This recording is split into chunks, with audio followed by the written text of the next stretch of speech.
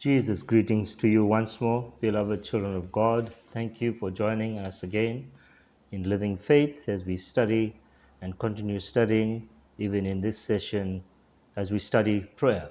Now, we've been dealing with the first level and the second level, and today, gradually, in this session, we want to move into the third level of prayer.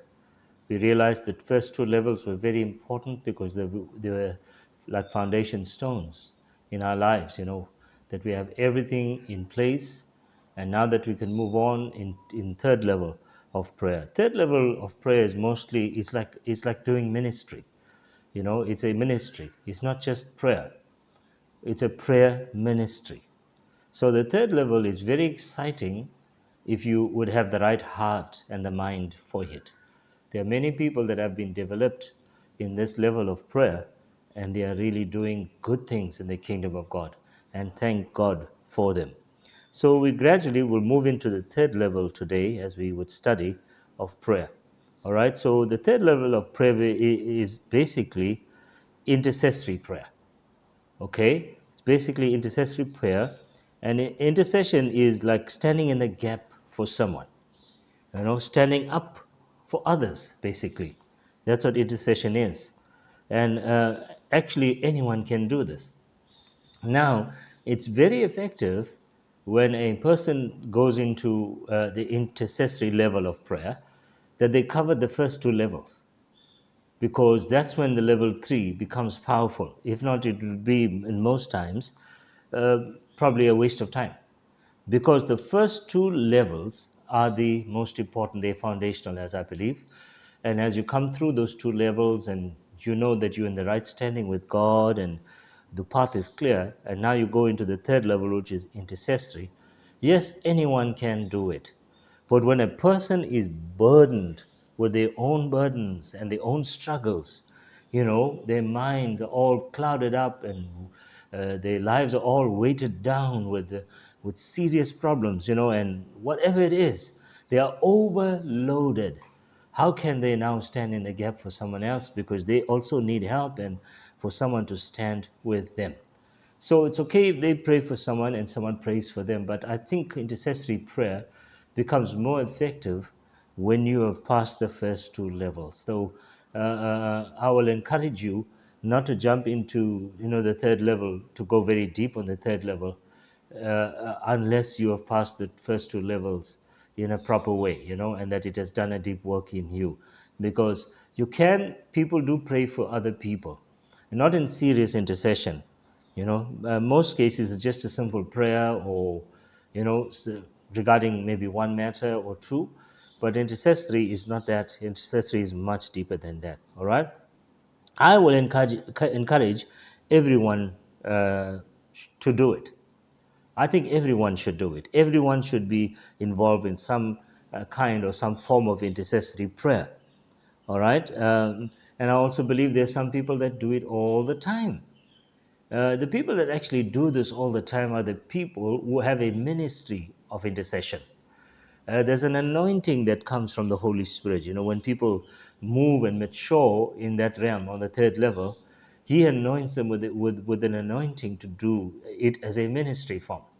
Because anything comes past them, the first thing they would do is pray. If they meet somebody, somewhere, and they're going through a difficulty, and they would go and pray for that person. When their time of prayer and seeking the Lord, I can guarantee you that person will remain on their mind until they pray for that person.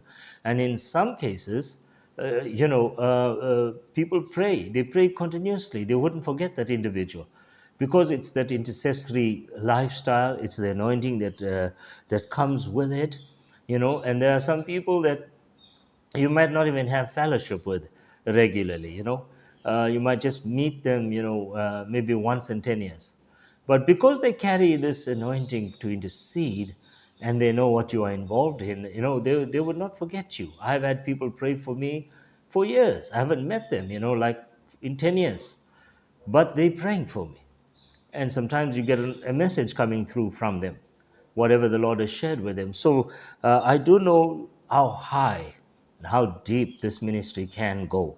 If you ask me, I will encourage lots and lots and lots of Christians to get involved in this, because not only because you're doing it as a ministry, but there's a certain kind of a joy, when you're doing this, when you're standing in the gap for someone else. Really, there is a joy. And you know what? That joy becomes overwhelming when you have prayed, and stood in the gap for that person. And the next time you meet that person, or you get a text message or a call from that individual saying that this is what has happened, this I have received this breakthrough, or that has happened, you will be overjoyed, because then you can see the fruit of your labor. You can see the fruit of your intercessory work. So it's a very powerful place to be. It's very powerful in the sense that it can affect lives without you even touching them physically. You can be very far away. You can be in a different country, and yes, you can be touching someone in another country without seeing that person, through prayer is very powerful. Intercessory prayer is very, very powerful. There are people that goes to very high level in that ministry. There are some people get woken up, at night or early in the morning. The Holy Spirit gives them a name, and they don't know the person, and then the Lord says to them to go and pray, and they just pray. And sometimes they'll be praying, but they don't know what they are actually praying for. Then they're led by the Holy Spirit, and in most cases, they end up praying prophetically. And I have read so many accounts of this, that their prayers have been answered, and find out later on maybe that this is what happened. And then you realize how accurate, the Holy Spirit leadership was at that point in time. So that is intercessory prayer. Intercessory prayer, there's no limit, there's no boundaries, there's no distance, because it is a ministry, and it's very effective because it's all in the spirit. All right, there's a danger part to this which I will share with you later on, but I'd like to encourage you, to get into this ministry and stand in the gap for someone. But please, I beg of you, do not forget the first two levels. Okay, that's when this actually takes on as a ministry form. If you leave some stones unturned in your life and leave some things undone, spiritually speaking, you will struggle on this level. You understand? You'll struggle. You wouldn't hear, the breakthroughs wouldn't come for that individual, because you are still carrying the weight you shouldn't carry. You should have left that weight in the hands of the Lord by now, and then you should have got peace. And sometimes it's good to take time off. If you're a person that intercedes a lot, you got to have to take, we call it a sabbatical, a spiritual time off. Why? So that you can have an inward focus. You can focus on yourself, focus on your surrounding, focus on your life, focus on what's going on, focus on what you need to give attention to, and bring down, if there's a stronghold, bring it down, clean out, so to speak, spiritually speaking, clean house. After you've done that, you've overcome that, and then you come out of your sabbatical and you go back into intercessory prayer again. Now, I know that's not common and people don't do that. They don't know that they need to do that. But I'm telling you, you need to do that, because it is a ministry. You understand? It's a ministry. Anyone in ministry needs to take a sabbatical, a time off, so they can reflect on themselves and reflect on some things. And that is, when you start doing that, that is when you hear God more clearly. But when your life is so full, and then you're dealing with too many things at one time, and it seems like the wheels are coming off, but you're still going forward. You can't. You got to stop and fix those wheels. You understand? And then that's what we call a sabbatical, where you take a spiritual time off just to focus and reflect on yourself and your surrounding, and clean house again, as I'm saying, and then you can get started again, because that is a ministry. Here in the book of James, chapter 5, verse 16, this apostle is saying, confess your trespasses to one another and pray for one another, that you may be healed. The effective, fervent prayer of a righteous man avails much. It's a very powerful verse of scripture in chapter 5 of the book of James. Now it's intimidating as well.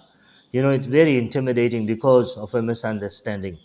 Now, some people will never confess their transgressions to you. They will not confess their transgressions to you.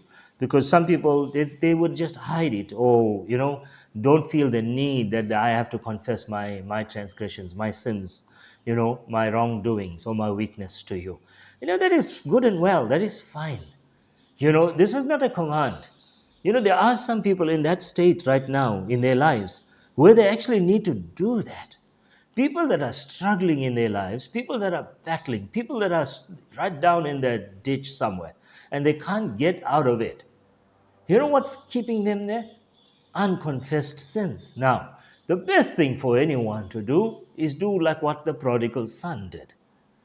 Get out of the pigsty, make a purposeful decision, and get yourself out of that pigsty and make your way back to the Father. How do you do that? How do you do something like that? What are the practical things you must do? Firstly, you got to make your mind up that you want to be clean. All right, and the next thing, you get out of that pigsty and just refrain from company, from that environment, refrain from that, stay away, and go into a time of prayer and fasting before God and study of His Word. That's what you need to do. Many children of God, I mean, real good people. Some of them are involved in ministry. They're currently in the pigsty. They don't even know that. They think everything is well. No, no, no. Just look around you. There's some things you need to take care of. Now, when a person is struggling in the ditch there, they're looking for a lifeline. And really confessing, to God is really not helping them much, because they're struggling with a condition of a mind or a condition of a heart. The condition of the heart is not too good. That is when you find somebody, all right? You find somebody that you trust. You find somebody that you have confidence in. You find someone that has got a spiritual mind and that is not judgmental and have a very strong life of prayer. All right? To that person you can go and you can confess your wrongdoing, your weakness. I've had people do that, coming to me. And I'm not the kind of person to go and talk about it everywhere, because that is now in confidence. They share that with me. But I'll tell you what, 100% success in that field, in that area, 100% success for me, because I have seen our people come through, and I know they are desperate, and they are so desperate that they will come to me confessing. They don't have to do that. Sometimes for some people, that is the last thing in the world they ever want to do, is go and meet with somebody, and share the wrong things they have done. Let me tell you this. If you have done things that you cannot handle, then you need somebody alongside you to handle it. This is what this apostle is saying. He says, confess your trespasses. Confess it. Confess your trespasses to one another. All right, and pray. So, in other words, when you talk about what you've done, it's a confession. When you're confessing to the individual, okay, I am guilty. This is what I have done, and I just can't get out of this thing, and I need to get a breakthrough. I need to be cleansed from this. It's just it's bogging me down. I just need to get moving, and I cannot. And then when you start to confess, and then you pray for one another, do you know how powerful that is?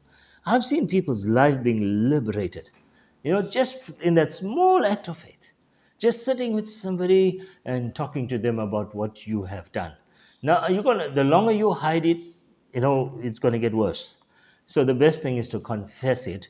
And if you cannot confess it to man, then go before God and confess it. Do whatever you need to do. Take responsibility. We dealt with that in the first level. Take responsibility for your weakness. Take responsibility for your acts. Take responsibility for your trespasses. Take responsibility that you have done that. Don't point the finger and blame anybody. So even if someone tricked you into doing it, but you are still responsible for it. And you understand? Adam was tricked into eating that fruit by his wife and by the serpent, but still he was responsible. The whole earth suffered because of that. So there's no cop out here. If you've done it, you were supposed to fight the temptation, but you gave in to it. So you are responsible for it. So now, confess your trespasses to one another and pray for one another, that you may be what? Healed. So in other words, a person that does not confess and open their hearts up to anyone, okay, if they have got their breakthrough on their own, if they fought the good fight and got their breakthrough. I will encourage that at any time. That if you can pray and confess to God and open your heart before Him and get healed, fair and well. But if you are struggling in a ditch somewhere, you're out in the pit, and nobody can get you out of there, well, you need someone to give you an helping hand. So you need this. So what the Bible regards that as being sick, spiritually sick. So when you pray for one another, then you will be healed, spiritually healed. All right? And the scripture says that the effective, fervent prayer of a righteous man avails much. So, in other words, that righteousness comes from Christ Jesus. We are the righteousness of God in Christ Jesus, not based on what we did, based on what He did. Okay, so now we're talking about the this in this context here, the effective fervent prayer. Okay, the effective, in other words, if I have to rephrase this and interpret this to you, this is what it's actually saying. The effective means the accurate, fiery prayer of a righteous man avails much. Accurate. How can you pray in accuracy, or rather with accuracy? How can you pray with accuracy unless all of the confusion is out and all of the, everything else is out and everything is cleared up? Now you can pray with accuracy, and it's a fervent prayer. That means it's hot, it's burning. And the Bible says the effective, fervent prayer of a righteous person, a righteous man or woman, avails much. That means you are bound to get a breakthrough. It's important for you to know that. And in verse 17, it says this, just as an encouragement: Elijah was a man with a nature like ours, and he prayed earnestly that it would not rain. And it did not rain on the land for 3 years and 6 months. Can you believe that? And he prayed again, and the heaven gave rain, and the earth produced its fruit. So, in other words, James is saying this was a simple man. He was a prophet, but he was just like us. He had the same human nature as us. But look at how powerful his prayer. He prayed and he stopped the rain. Now, that is a very high level of intercessory. You understand that kind of a prayer, not anyone can do that. It'll take a long time before you actually get there to do intercessory on that level, because where the elements actually obey you, demonic force stands no chance against you. It's more of a territorial kind of a intercessory prayer, and not every Christian can do that. I wouldn't encourage anyone to do that, except he or she who is anointed by God to deal with something of that level, because those territorial demons are absolutely dangerous. They are very dangerous.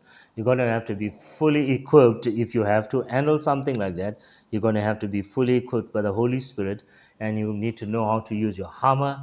You need to know how to use the shield of faith, your helmet of salvation, and the sword of the Spirit. You need to know how to use that, because it's a very dangerous level to go into. But praying for each other is such a joyous thing. It's a joyous ministry, this intercession. It's such a wonderful thing. It's not burdensome, okay, because you're praying in faith, you're believing, and you're standing in the gap. It's such a joyful thing to know that you represented someone before God today. So, yes, the prayer, the third level, is a powerful level, because then you get involved in a huge changing of lives and finding destiny. That's basically what you are doing. You are touching lives without actually physically touching them. You're taking them before God without them even being before you. You understand? You're representing them to God. In other words, you are playing the role of a witness. You understand? And Jesus said, if any one of you, touching one thing in agreement and pray, it shall happen. And then prayer, is like you approaching the throne room of God with your needs. And then if you have somebody standing in agreement with you, in intercession, and someone is agreeing with you, it's very powerful. And then you also become like a witness, for to that individual and their needs. And some people are weak, and that's why they need intercessory prayer. They are weak because that is why they need someone to be praying for them. Especially people that are struggling to live spiritual lives, people that are struggling to find their roots, in Christ or in church services. They are weak. They do not have any priorities, spiritual priorities. They give every other thing priority before, they actually before everything else. They give everything else priority without giving God first priority. Now, it's very, very important. All of us desire a breakthrough. All of us need to go forward. All of us need to be built up. But we need to take responsibility for our action. All right. And then even still, when someone is interceding for us, and you know what happens when I believe when I intercede for someone, when I'm praying for someone, the Holy Spirit will be ministering to that person. Now, if that person doesn't hear the Holy Spirit, or doesn't give in or submit, or even the nudging, or even in their conscience as He speaks to them, if they do not yield to that, then it's their fault. And some people are too stubborn and too hard hearted. Even if God Almighty is ministering to them, they go set in their ways. But you know what I do? I keep still praying for them. I continue praying for them, hoping that one day, that the Lord, they will give God, even if they give Him a little chance, even if they take a little baby step forward, the breakthrough will come for them. The entire wall will come crashing down. That is my hope and my prayer when I pray for people. So let's pray. Father, I thank you today for your living word. Sweet Holy Spirit, I thank you that you're watching over this word, O Lord, to bring it to pass in our lives. And I pray, Lord, for all those people out there that will be praying for each other. I ask you, Lord, to anoint them with your power. Anoint them, Holy Spirit, in the name of the Lord Jesus Christ. Put your anointing oil upon them. So when they intercede and when they pray, Lord, they will sense the joy, O God, of gladness that is coming upon them. So, Holy Spirit, I release your anointing upon them, Lord, right now. And I pray, may they be refreshed in the holy name of Jesus, so they can continue praying and serving you in your most holy name. Amen.